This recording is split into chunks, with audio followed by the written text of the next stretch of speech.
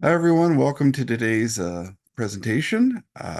We'll start in about a minute. We're just waiting for everyone to get settled in. Thank you so much.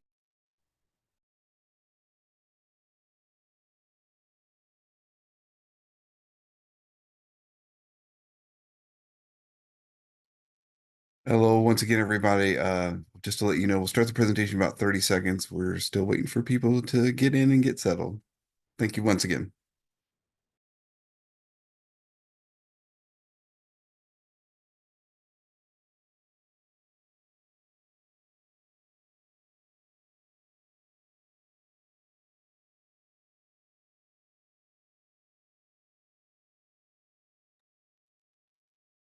Hello everyone and welcome to today's Safety Health Magazine webcast, How to Error-Proof Your Permit to Work program, sponsored by Cority. This is Alan Ferguson, Associate Editor at Safety Health Magazine. I'm moderating today's event. Thank you so much once again for joining us. And before we get started, there are a few housekeeping items.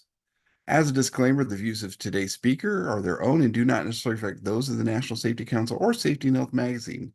Any mention of a commercial enterprise, product, or publication does not mean the council or the magazine endorses those items. After today's presentation, we'll conduct a question and answer session with our speaker. If you have a question, click the Q&A button at the bottom of your screen, type your question, and press the send button. We welcome your questions at any time during today's event. You don't have to wait for the Q&A to begin.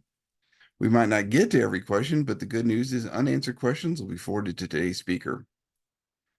Also, after this presentation, you'll be asked to complete a brief evaluation survey, and I'll tell you more about that a little bit later. Just to let you know, this webcast will be archived, so you can access it after today's live event to view this webcast and all of our past webcasts. Please visit safetyandhealthmagazine.com/events, or you may also receive a link in our post-event email. With that, let's introduce our speaker. With us today is Sean Baldry. Sean is the Director of Product Marketing with Cority. In his role, Sean oversees the delivery, product marketing, and enablement operations across Cority's breadth of EHS-centered solutions. He has 20 years of experience in operational and executive EHS roles, having previously worked in the construction, mining, and manufacturing sectors. Sean also holds a Canadian Registered Safety Professional designation. Again, we thank you all for tuning into this presentation. Sean, whenever you're ready, go ahead and take it away. Well, thanks a lot, Alan, for that warm welcome. And thanks to everybody for joining us wherever you are joining us today. Glad you're here. So to kick things off, as Alan had mentioned in the intro, while I currently work at an organization called Cority, and we help a number of businesses throughout the world in terms of digitizing their EHS programs, I didn't always work in the software industry. Before joining Cority, I spent the better part of 20 years working as a health and safety professional at many multinational organizations across a number of different industry sectors. And during that time, as you can imagine, I was exposed to a lot of examples of safety success, as well as a lot of examples of safety failure. And it was really the latter that got me interested in exploring how failure occurs in our work and how we can design our safety systems to be more resilient to that failure when it does occur. So I regularly look for stories about safety failures across a number of sources. I'm showing some examples here on the screen of some of those sources that I look into to help me better understand the nature of failure and what we can learn from these events and how we can apply them to our workplaces in order to avoid some of the results in the future. So when I was preparing for this webinar and considering that we'll be talking a lot about how to avoid failures in our permit to work systems, the story that came to mind for me was one concerning the Piper Alpha disaster. And I'd like to just review that quickly now. So for those who are unfamiliar, Piper Alpha was an offshore oil platform that was operated by Occidental Petroleum in the North Sea off the coast of Scotland between 1976 and 1988. And during that time, or at the time of its construction, I should say, Piper Alpha was designed as an oil-only platform, producing upwards of 350,000 barrels of crude oil per day. And in crude oil extraction, it often results in the secondary collection of what's called condensates or natural gas liquids that are normally burned off during gas flaring. But beginning in 1978, Piper Alpha went through a series of major retrofits that would allow those condensates to be collected and pumped to mainland processing facilities through two condensate pumps, pumps A and pumps B, that were housed in the gas compression area of the platform, which I've identified with the orange square on the figure on the left of the screen. Now, on the morning of July 6, 1988, maintenance was scheduled for pump A. And at the time, a single permit to work was issued for a pump overhaul. But shortly thereafter, a second permit was issued to remove the pump's pressure relief valve so it could be recertified at the time that the pump was out of service. Now, at the time, pump A was electrically isolated from the via lockout, and the open condensate pipe that was upstream of the pressure relief valve was blanked, as I'm showing here on the top right of the screen. Now, what's important is that the bolts of the blanking flange were only finger tightened, and this point is going to make a little bit more sense in a minute. So the day shift began maintenance on pump A, but the work wasn't completed at the time of shift change. So in response, the on-duty engineer identified on the permit for the pressure relief valve that pump A wasn't ready to be placed back into service. The engineer, however, didn't record that same information on the other permit, the permit for the pump overhaul, nor were those two permits attached. And at shift changeover, the day shift engineer failed to inform his counterpart on the following shift of the condition of the pressure relief valve on pump A. So at approximately 9:45 p.m. on the night shift, pump B failed. And wanting to maintain pumping operations, the night shift, when reviewing the pump A overhaul permit, believed it was safe to restart the pump. However, they weren't aware of the missing pressure relief valve. So when they proceeded to reactivate the pump and the gas flow was diverted to pump A, the finger tightened blanking flange that was on the pipework failed under that fluid pressure, and that resulted in that combustible condensate being pushed into the air, which suddenly ignited and resulted in a massive explosion. And the ensuing fire not only damaged and destroyed the platform, but it caused, unfortunately, the death of 169 workers aboard that day. So the Piper Alpha disaster is often viewed as a textbook example of the potential consequences of a permit to work failure. And there have been countless investigations and public inquiries, studies, reports, books, documentaries that are dedicated to exploring the nature of the disaster, how it happened, and how it could be prevented.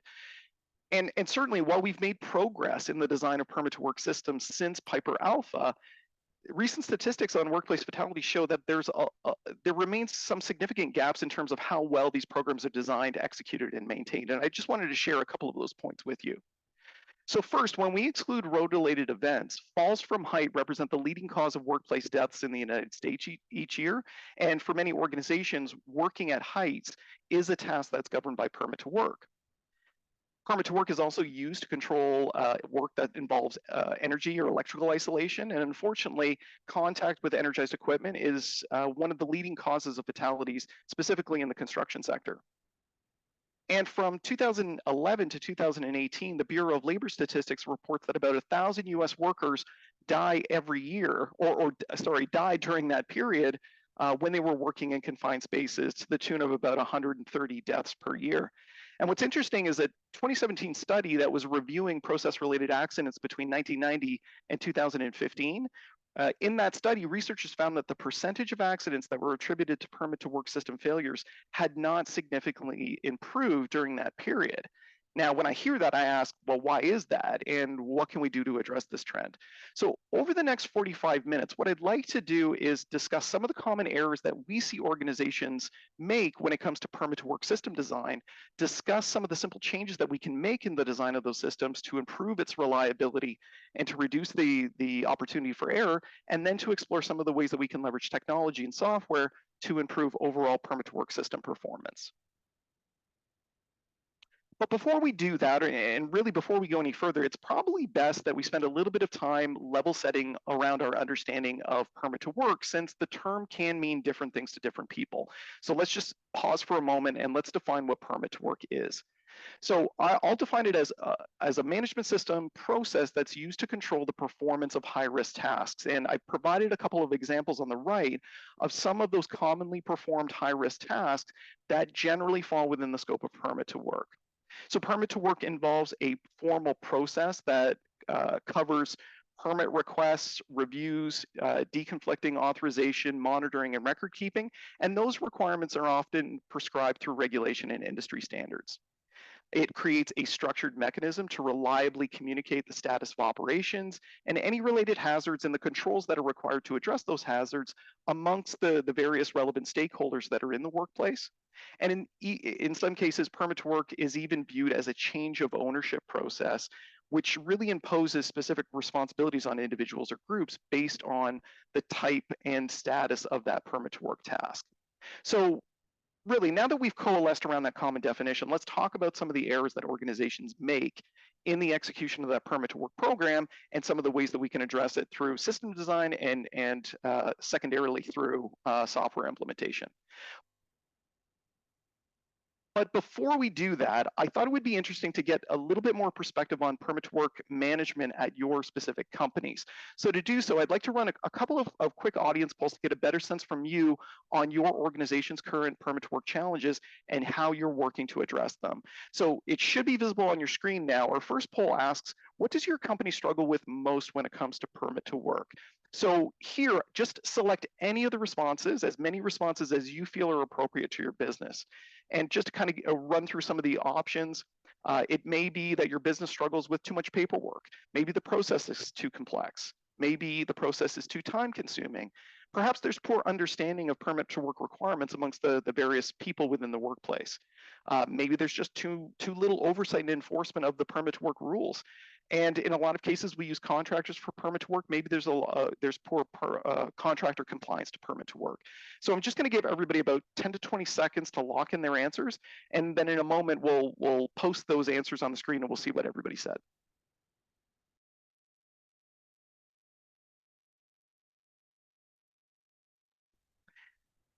So here are our answers. So quite interesting. So a pretty good distribution.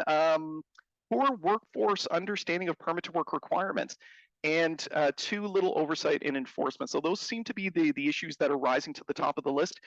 It is interesting, and one of the points that we're going to talk about a little bit later on as to why a lot of organizations fail is permit to work can get often pretty complex.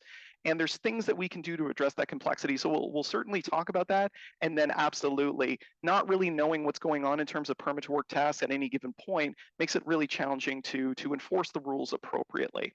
Wonderful, thanks for sharing. So we're gonna move on to poll, right away to poll number 2. And our second poll is going to ask, if you could change one thing in your permit to work process, what would it be? So for this poll, I want you to select the best response possible, and your options include, I want to make my permit to work process simpler and more flexible. I want to reduce paperwork and administration. Maybe you want to improve the visibility of all the various permit to work tasks that are going on and have some robust performance metrics. Maybe we want to integrate contractors in a better way within our program. Or perhaps maybe we want to give supervisors better tools so they can enforce the rules and ensure that we're getting appropriate compliance. So again, just another 10 to 15 seconds to lock in your answers, and then we'll see what everybody says on the other side.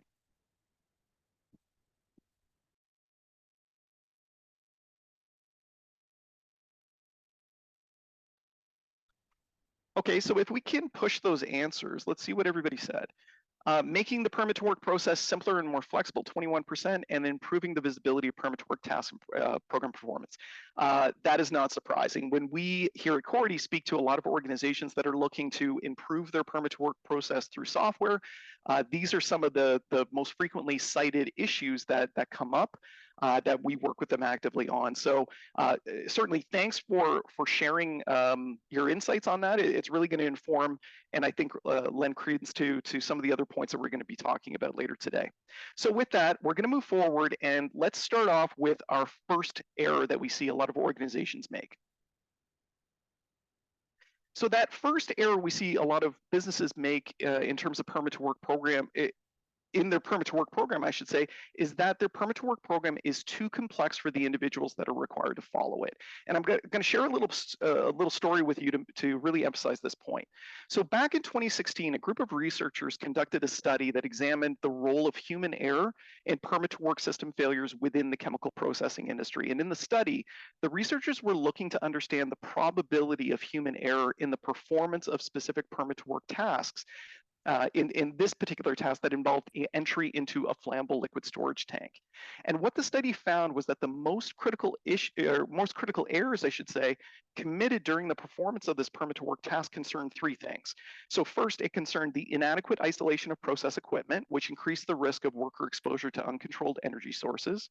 It included inadequate flammable gas testing, which you can imagine would increase the risk of fires and explosions if we were to conduct hot work within that flammable storage storage tank with any sort of chemical residues therein, and inadequate pre-work site inspection to validate that all required control measures were implemented to address those known hazards.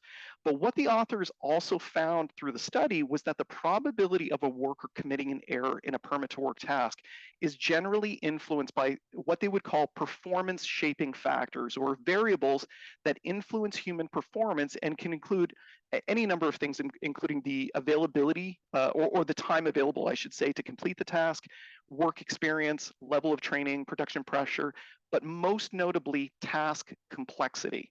And it was that last factor was particularly relevant, considering that researchers found that the permit to work tasks are heavily knowledge-based, meaning that workers are required to frequently recall information from prior learnings and to take those concepts and apply them to very dynamic situations with a high degree of precision, which in turn increases the probability of knowledge-based errors. Knowledge-based errors are those that occur when individuals don't have the appropriate knowledge or skill of how a task should be executed correctly. But why does any of this matter? Well, unfortunately, we see that a lot of organizations make the effect of these knowledge-based errors worse by adding unnecessary complexity to their permit to work process. So let's explore why organizations tend to add unnecessary complexity. And the first reason concerns what I call specificity. So as mentioned, permit to work programs are used to govern many different activities, and these tasks may require individuals to adhere to specific regulatory requirements or performance standards based on the specific nature of the work and the hazards that are involved. And in many cases, the organization also has to maintain detailed documented records to demonstrate how it achieved compliance to these requirements. And really, it's that drive to ensure specificity in the process that explains why a lot of permit to work programs are overly complex, since we're looking for that singular system to address every potential permit to work scenario that could ever be encountered. And that tends to result in very elaborate systems that involve a lot of different pieces of paperwork, very complex forms, and often a lot of confusing rules, which harken back to the point that we saw earlier in the poll of complexity and a poor understanding of our programs. So what we need to remember is that permit to work systems can easily contribute to cognitive overload if we design them improperly. Consequently, workers will feel easily overloaded in those confusing rules and that sea of paperwork, and they will begin to view the permit to work process not as an aid to assist them, but as a barrier to getting their work done. In those cases, we can easily see workers shifting to pencil whipping behavior where they're mindlessly filling out forms without using the activity as an opportunity to engage their colleagues and really talk about how are we going to execute this task safely. So if the issue of specificity isn't challenging enough, many organizations make matters worse by creating permit to work programs using language that's far too advanced. And I have to admit, in my earlier years as a EHS professional, I committed this very same error. EHS professionals are often caught replicating language from regulation within their permit to work programs to demonstrate to regulators that the program meets every requirement that's applicable. Unfortunately, it virtually makes these policies unreadable to the average worker. We need to remember that the average American reads at an 8th grade level. So if we're using very complex language, it's not going to go too well. Moreover, as workplaces become more diverse, we're seeing obviously a lot of fluctuation in terms of comprehension levels of written and spoken language. In fact, the United Nations reports that foreign-born workers are 30% more likely to suffer a fatal event at work because of cultural, linguistic, and social barriers. So using quasi-legal language in our permit to work programs stripped right from regulation only reduces understanding and can really cause workers to tune out, or worse, they'll begin to improvise what they think they're supposed to do in terms of that permit to work process, and that can really increase the risk of failure. And finally, recognizing that frontline workers may require additional resources to support permit to work decision making, many businesses create additional requirements where workers will need to review work instructions or they'll need to review program manuals to complete permit to work requests. And while giving information is obviously a good thing, and it's always done with the best of intention, firms, without really realizing how workers will respond to that volume of information, can really contribute to that cognitive overload, and it's really going to impact our degree of compliance. So given those challenges, what simple things could we do within our permit to work program to reduce the complexity? So I'm just going to share a couple of thoughts here. It's certainly not an exclusive list. So the first thing that we should consider is, let's design our forms and our checklists with the goal of promoting discussion. So remember, the permit to work process isn't about filling out paperwork. It's really intended to promote collaboration and discussion. So when we're designing our programs, consider how we can structure the data that we're asking people to collect or to provide in terms of the permit to work request and approval process that stimulates conversation, and we're just not overloading them with additional requirements that is really going to undermine what we're trying to do.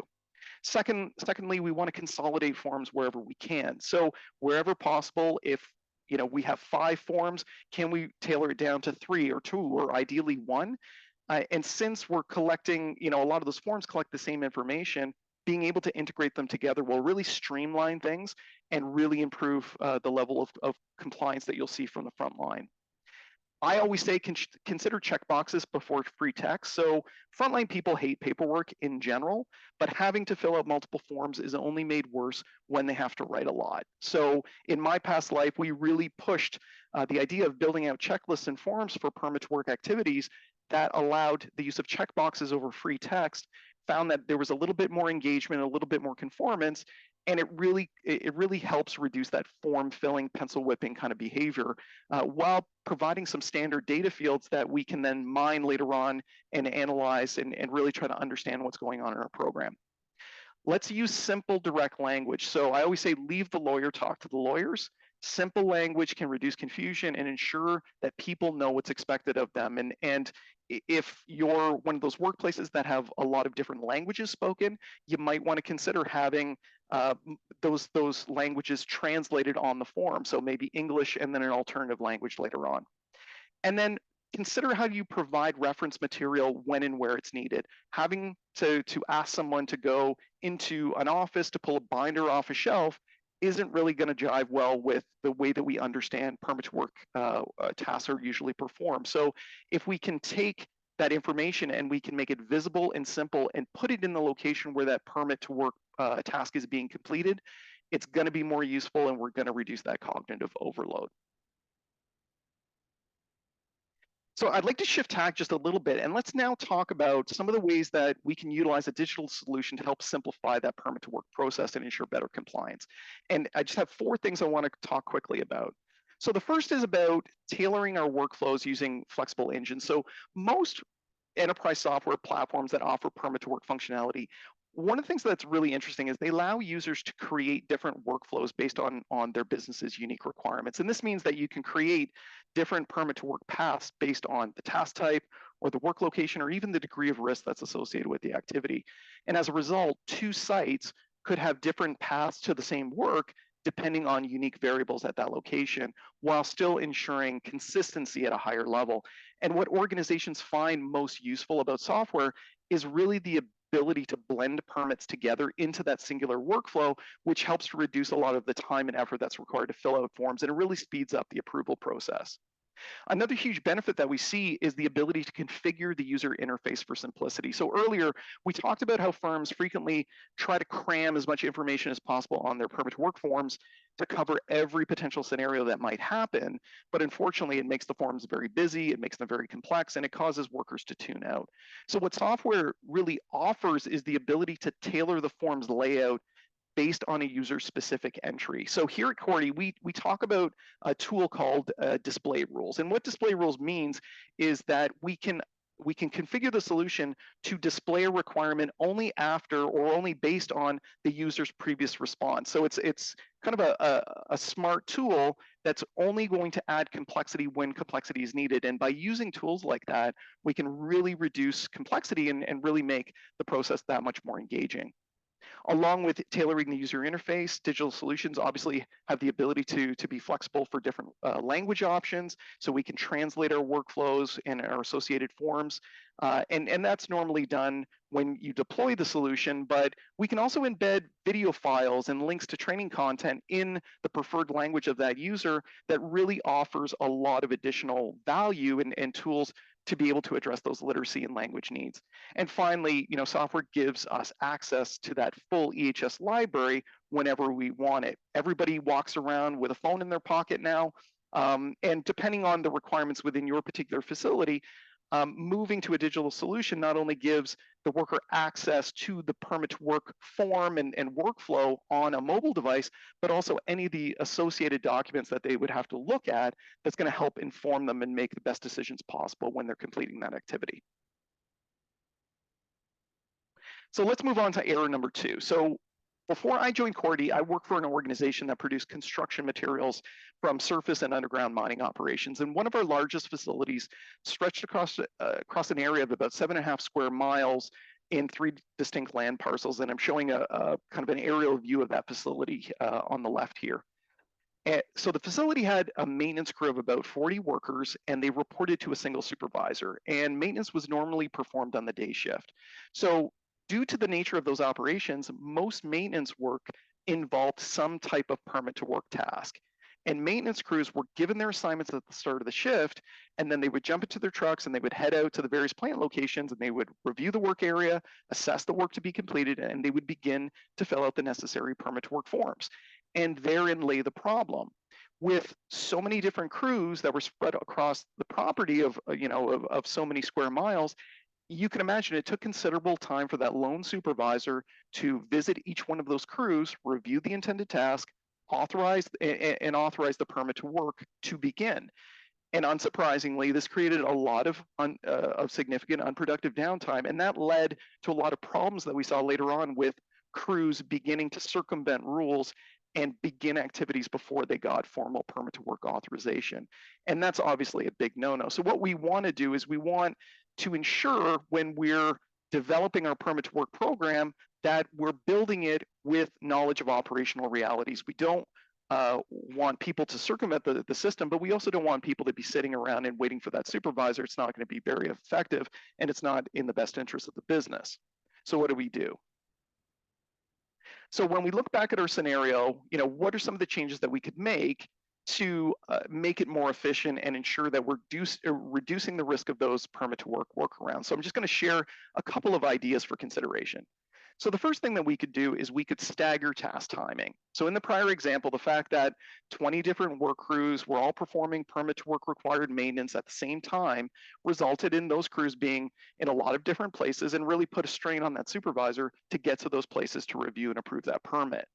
One potential option that then could be, let's just limit the number of maintenance activities that are being performed at any given period of time. So in a sense, fewer locations to visit means the supervisor can get to those locations faster, and it will reduce the waiting time for permit authorization.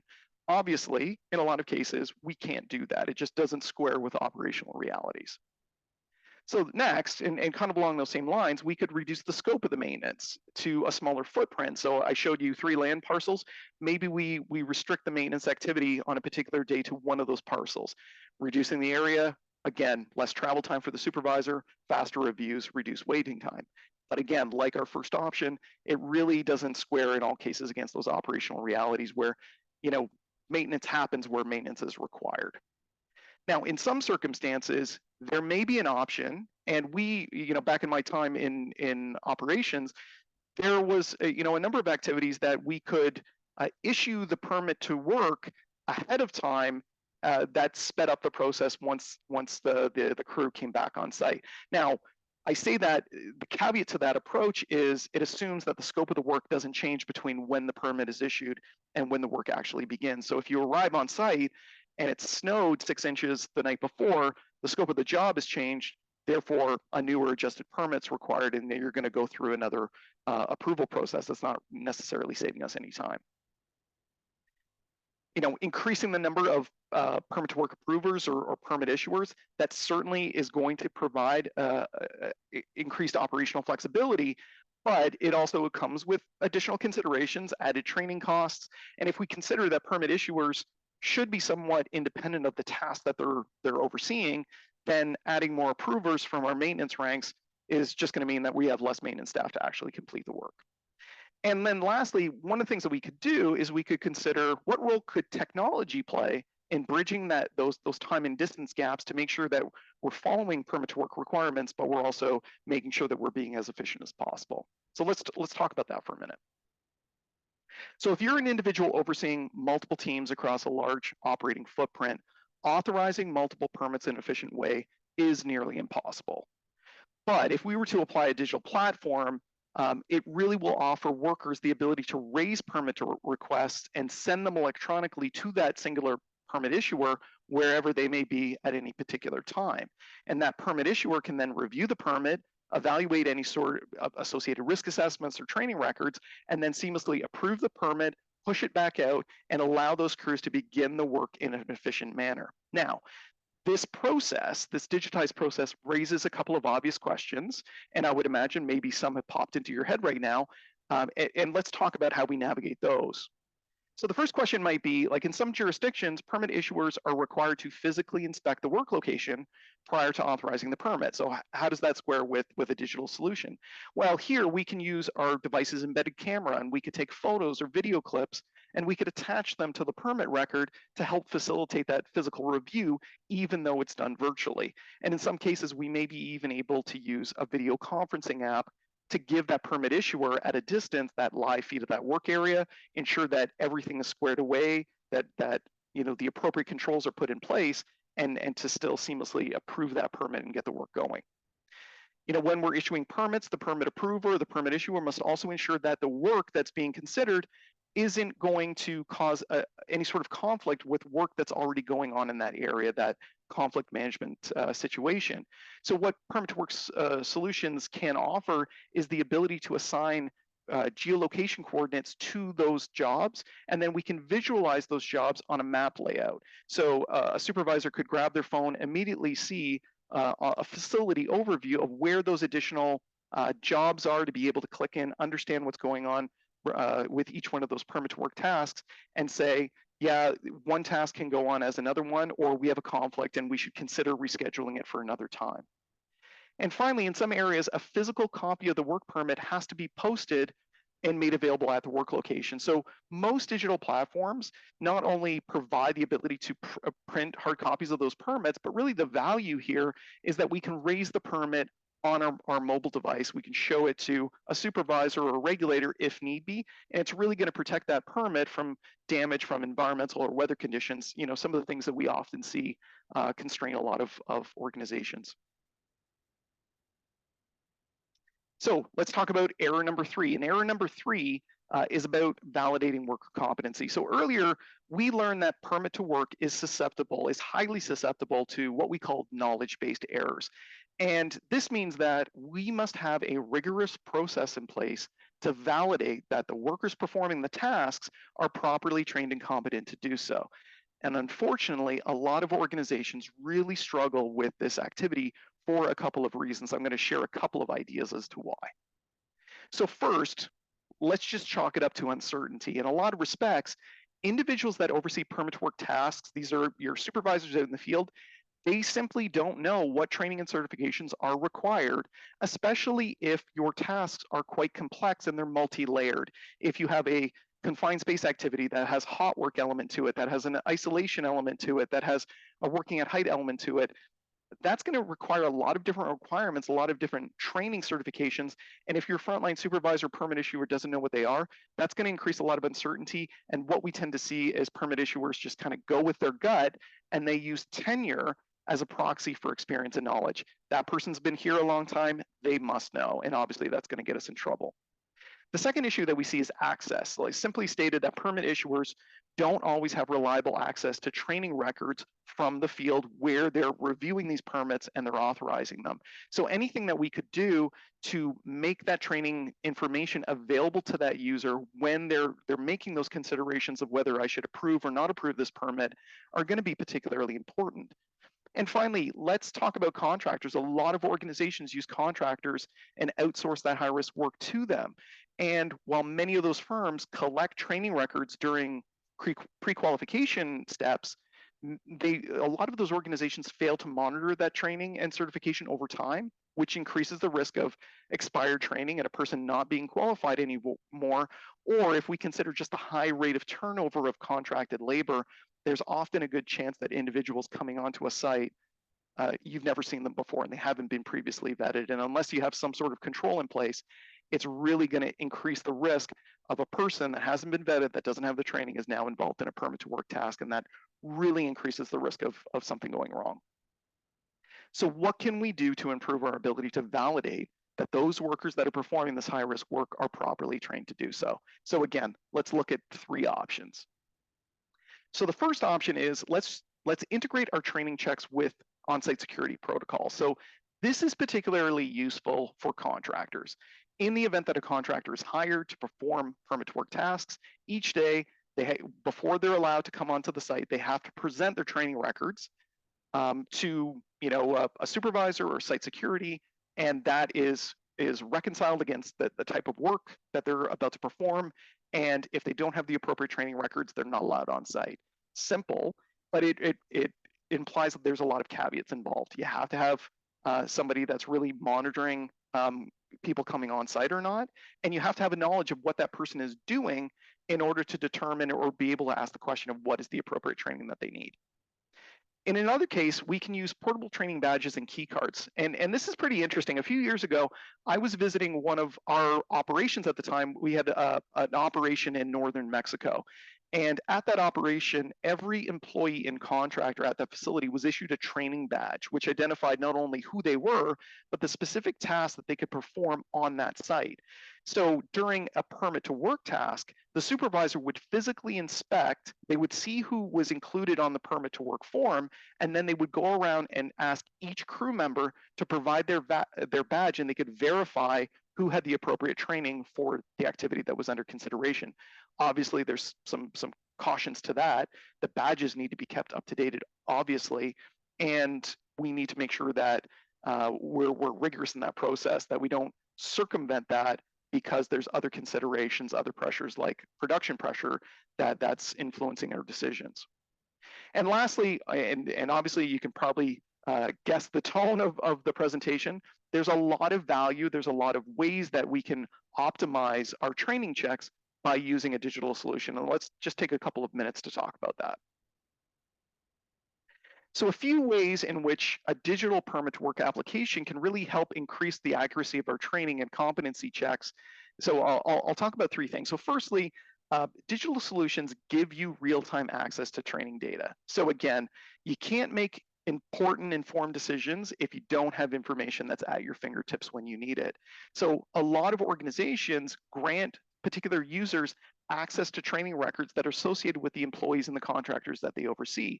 So if I'm a supervisor, I can see immediately, I can bring up this data on my phone, and I can see exactly who has training for what as I'm making those decisions in real time.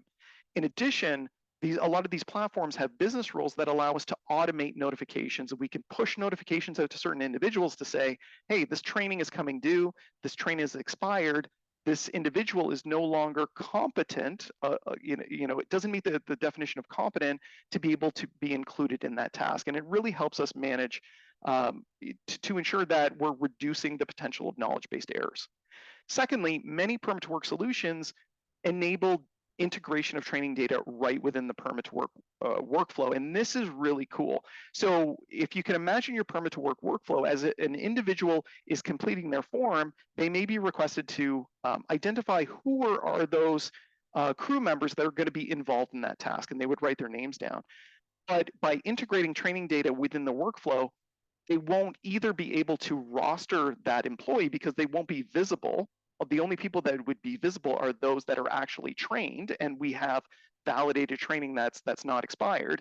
Or we're able to look at that, and what we get is as we try to apply that person to the form, a pop-up message will come up and say, hey, this person has been trained, they therefore can't be included. And actually, we can configure the workflow to not allow the user to move forward in the process when we haven't reconciled this issue about a worker who hasn't been trained appropriately. And finally, permit to work platforms offer a lot of integrated training options that are accessible right in the field. So I always say, wouldn't it be wonderful if you could require workers to complete a short refresher training right before they complete that permit to work task? Well, in some cases, some vendors offer features that allow customers to associate training content directly in the permit to work workflow. So as you're completing it, it will say, before you can go to the next step, watch this short training video, watch this short micro learning on the particular activity you're about to perform. And why this is valuable is it just allows us to dust the cobwebs off and ensure that we're providing that point in time insight for that individual to remind them of the things that the appropriate way to do the task that reduces those knowledge-based errors and really ensures that we can have a higher level of permit to work compliance. So just a couple of examples that we see on a regular basis of where we can use permit to work applications and software applications to really reduce those knowledge-based errors. And finally, our last permit to work program design error that we often see organizations make concerns visibility. And earlier, a lot of the participants on this session said, I'd love to be able to increase my visibility on what's going on within my permit to work program. We always say to ensure your permit to work program is working correctly, you need access to reliable data that summarizes performance, it identifies trends, and it alerts your leaders with insights that can help really guide effective decision making and prioritization. And unfortunately, for a lot of organizations, that level of program level visibility on their permit to work program is lacking, and it's lacking often for a couple of reasons. So first, these organizations generally don't have the ability to monitor performance at a high level. And unfortunately, a lot of that has to do with a reliance on manual paper-based systems.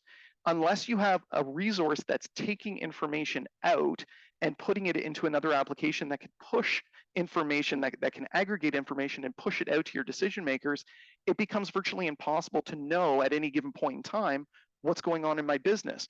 Where are areas, and gaps that we're falling down a lot of the time that we should address? Where are the areas of improvement? Where are the lessons learned and the best practices that we should be sharing broadly? And with manual systems, it's just very, very difficult and often impractical to be able to do that without a high degree of administrative effort. And often the result of that means that without that visibility, decisions are based on impressions, they're based on instinct. We're really kind of throwing darts at the board here to try to figure out what we should be improving next. And it really means that we're not focusing on the right things to be able to push compliance and performance forward. Secondly, we see a lot of firms are unable to easily collect, aggregate, and analyze their permit to work data to help them reveal those insights and those decision points. So kind of related to the first point, but with manual systems, it becomes virtually impossible to be able to aggregate that information and to analyze it fast enough to be able to inform real-time decision making, especially if an individual is doing that manually. And when we consider just the scale and the speed that we're collecting information now within our businesses, the more that we collect more information, and if we're moving toward highly intelligent monitoring devices to monitor atmospheric conditions within a confined space as an example, and we want to pull that forward, as we're collecting minute by minute data, it's just too much data for any individual to analyze, and we really need a technology application that can assist us in doing that and reducing the administrative burden. And often what we find with a lot of organizations, as I had mentioned, it's very difficult to share learnings with your teams quickly. Many permit to work programs, especially the good ones, include a post-task evaluation process, which is really designed to highlight key issues, findings, concerns, and best practices that is really designed to enable the organization to share the learnings broadly with their teams and pull all teams up at the same time. Unfortunately, a lot of companies either skip this process entirely, or they just can't aggregate and they can't push out the information fast enough to really inform their teams, nor do they have a real robust way of validating that the people that have received those insights and those best practices have really implemented that in their day-to-day practice? So what can we do? So we all often say, arguably, one of the key benefits of any digital platform or digitizing any EHS program, including permit to work, is the ability to quickly assemble, analyze, and visualize your data for better decision making. So, I presented here on the left-hand side of the screen just a couple of advantages of moving toward a digitalized system in terms of data visibility and how that's going to inform decision making. But I want to take just the last couple of minutes here to talk about, if you were going to look for a system to help you visualize your permit to work data and get a better kind of holistic view of performance, what are some of the things you should be looking for? So I'm gonna focus on 4 here. So the first is, make sure whatever platform that you are considering has simplified reporting via drag and drop features. The real value of a digitized platform comes with the simplicity to assemble, to curate, and to share your data easily amongst the various different stakeholders within your business. So I always say, pay attention to platforms that offer simple drag and drop functionality that make it dead simple to create those reports, create those dashboard indicators, and push them out to the individuals that need them, that need that information in real time. Second, look for configurable and engaging dashboards. Dashboards are a key to enabling that quick data visualization and decision making. So when you're evaluating software options, look for options that allow you to create multiple dashboards and tailor those dashboards to different user personas. Different people within your business have different information needs, right? And the C-suite is going to have a different information need than a supervisor, than a frontline employee. So we really want the application to be able to be tailored to the unique needs of those individuals, so they can see at any point in time, here are the things that are important to me, here's a gauge of how well we are doing, and hopefully direct those individuals to, hey, there's a gap, we're seeing signs of drift here where we're drifting toward failure, so we can intervene, act upon it, and right the ship, so to speak. And I always say the best dashboards are the ones that you can get that 50,000-foot view, but then you can drill down into the details, into the minutia, as your heart so desires.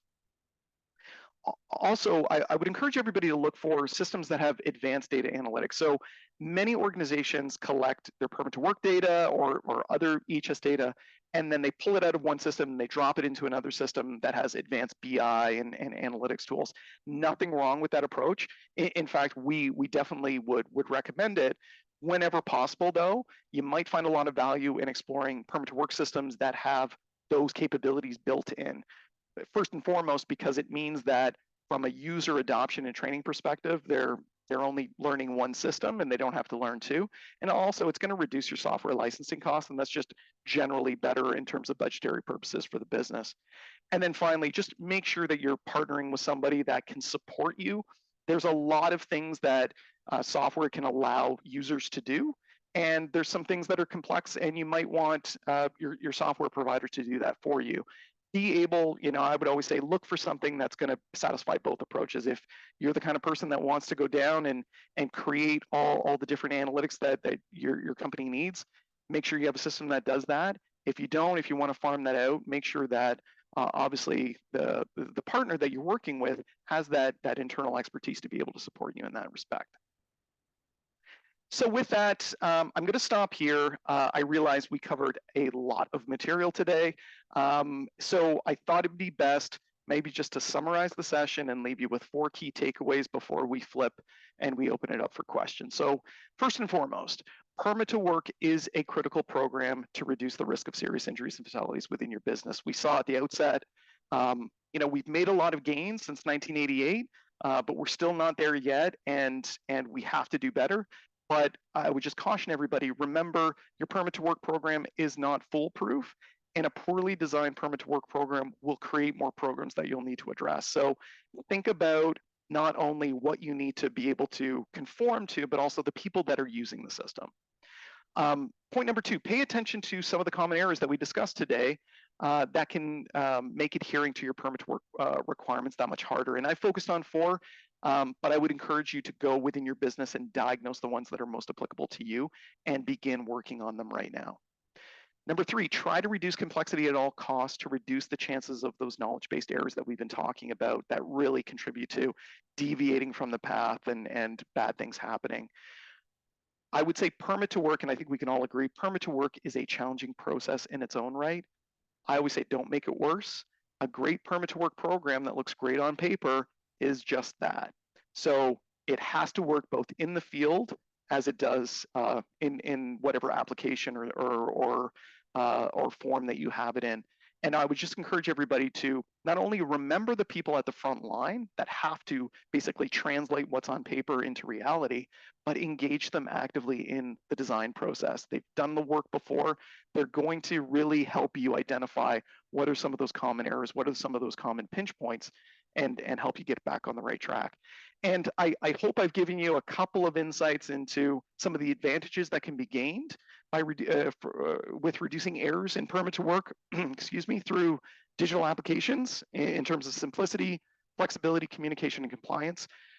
We see it every single day that it helps a lot of organizations improve their performance significantly. And again, if you're ever interested to continue the conversation, myself and my colleagues here at Cority are more than happy to discuss it with you. But with that, I'm going to hold and flip it back over to Alan for any questions that anybody might have. Well, thank you so much, Sean, for this fantastic presentation. Before we start the Q&A, we want to remind everyone of the evaluation survey we're asking you to complete. The survey will open in a different screen after this webinar, and your input is important because it does help us improve our future webcast.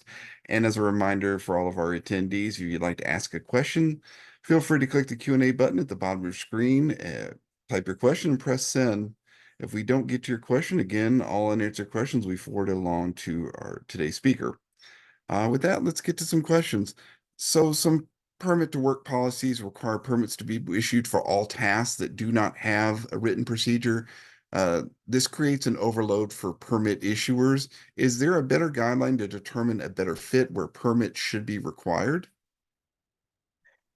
That is an extremely good question. So yeah, we tend to see this a lot of times. So obviously, we have a lot of organizations that tend to follow kind of the rule of the law, and they'll restrict their permit to work programs to those requirements that are legislated, and then others that say, we require any task that is beyond kind of routine tasks to require a permit.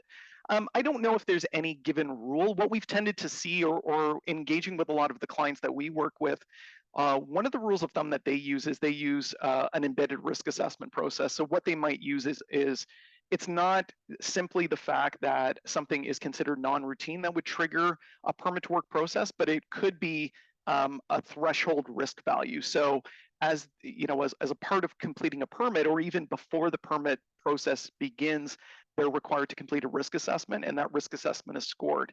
And if that score passes a certain threshold, implying that there's a high degree of risk, or maybe there's less certainty around the controls around the hazards that are applicable to that task, that might trigger a formal permitted process.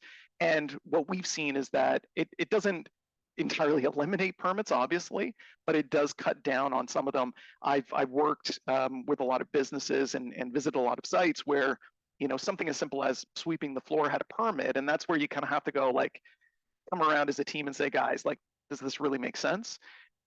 Because unfortunately, if you have too many permits, it erodes the compliance and the commitment to the ones that are really required versus the ones that are initiated because the policy says so, but it really doesn't make any sense in practice. So yeah, I would say if you're looking for a way to maybe reduce the permit burden, maybe introduce like a scored risk evaluation process, and that might help determine the ones that really need it versus the ones that don't. Our next question, an ideal improvement would be the ability to integrate the permit to work process into operating procedures with automated operational conflicts. Is this currently possible? Yeah, it is currently possible. So particularly within process safety management. So there's a principle called sim ops, or simulated operations. And the idea behind that is you have an overview of all of your operations and the activities and some of the risks that are associated with that. And what that allows you to do is to be able to integrate permit to work. So you raise a permit for one, and it immediately will scan all associated activities to identify potential conflicts, right? So in that case, hey, we've started an activity here, and then we raise a permit for another activity, and because of the nature of one versus the other and some of the hazards, maybe we're dealing with some sort of hazardous or volatile substance in one, and we want to do a hot work activity in the other. There's a lot of monitoring programs that will actually flag that and say, hey, we have a conflict here, and either present potential options to mitigate that conflict, or say the conflict is here, and that allows the individuals involved to be able to say, okay, maybe we pause task number two before until task number one is done. So it's simulated operations. If you're interested, I would go down that route. Our next question, with a digital system like this, how would you handle the requirement to post a physical copy of the permit at the worksite that allows other people entering the worksite to review and know that a permitted activity is underway? Yeah, great question. So there's a couple of ways that you can do that. So as I had mentioned earlier, a lot of these systems allow you to print the permit copy. So like in some cases, you would print the copy when the permit is first issued, you would post it at the physical work location, and then depending on the activity, so if it's a confined space activity, you're taking atmospheric monitoring conditions every 15, 20 minutes, you may have to then print out the permit and then repost it at a particular frequency. The other side of the coin is you have that available through a digital device. The reason I say that is, this is really testing a lot of kind of sacred cows, I guess you could say, when it comes to permit management, because depending on the regulatory agency that you're dealing with and the inspector, some could say, hey, it's got to be a physical copy, and some might say, as long as you have a copy available and it's easily accessible to the people that require it, that's okay too. So, a lot as we're becoming a more digitized organization or more digitized society, and we're bringing health and safety into the 21st century, we're going to see more of this, and I think we're going to see regulators become a little bit more flexible. The other key point with digital permit to work systems is you can send notifications out, and you can share copies of those permits with various stakeholders throughout the business. So, at any given point in time, I can push that permit out to individuals that are in proximity or might be coming to the site. So at any given point in time, depending on where I'm working versus where that permit to work task is, I'd get a pop-up on my mobile device that would say, hey, this crew has started a task in this area. This is what it involves, and then encourage people to exclude and to stay out of that area, or things of that nature. So a lot of different ways that we can work around it, and it is kind of a kind of variable, evolving space, and we're definitely seeing a lot of organizations beginning to kind of navigate around that physical permit copy versus a digital copy. Our next question, would you not use a permit to work for electrical work if you have a robust lockout tagout program, or not use a permit to work for pressurized system if there is a robust lockout tagout? Yeah, there's no hard and fast rule. Like it depends on jurisdiction. Some jurisdictions might require a permit to work for electrical work. Some may not. I came from an organization that we issued permit to work or permits to work for electrical work where we couldn't validate that there was a zero energy state. So if you're going through your Latoto process and you couldn't fully de-energize, or you couldn't validate that it was de-energized, you might need a permit. But if it's a simple like electrical lockout, and you can go through all the steps, you can apply your lock, and you can validate that the system has been de-energized, then maybe a permit to work isn't required in those cases. So there's no real hard and fast rule. I would encourage you to, depending on your jurisdiction or different areas that your business operates, there may be rules, there may be not. So that's probably the first place to look. Our next question, does Cority's digital solution require that all individuals covered under the permit carry an electronic device? No, and I would say Cority is no different from any other system. It's on it, like, so any software application, or many software applications, I would say, would be available both through desktop and mobile applications. It would really depend within your organization as to the availability of hardware and the rules around carrying electronic devices. So if you're in a, certainly in a lot of high hazard industries, they don't want people carrying around electronic devices. In those cases, there is they may have like a company sanctioned a tablet that's used for these kind of activities and not any other. So you wouldn't be able to put your email or any social media applications on those devices, and that ensures that it's a singular device here, but not elsewhere. But certainly, there's no hard and fast rule. I can speak for Cority that we are available whether it be through a desktop application or through a mobile application. It looks like we have time for one more question. What mistakes do organizations commonly make when they begin to adopt software for permit to work program management? Great question. So I'll try to be brief because I realize we only have about 45 seconds left. Two primary problems. One is they try to take on too much too soon. So I always say, think about in terms of internal change management, what does your organization have the capacity to take on?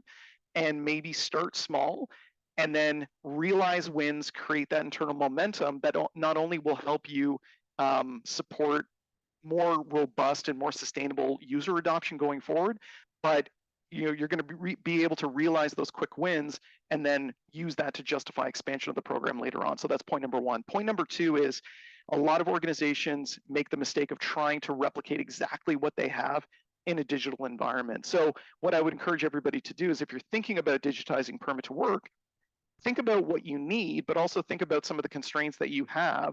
And I would just say be flexible. Just because things are written on paper a certain way doesn't mean that they naturally fit within a digital application. So there's definite ways that we can improve that, and that's some of the work. If you're working with consultants and software people that have a background in EHS, they're really going to be able to kind of navigate those spaces and get you set up correctly. Well, thank you so much, Sean. Unfortunately, we have run out of time today. Once again, thank you to our awesome presenter, Sean Baldry, everyone at Cority, and of course, all of you who joined us today. Take care and have a safe day.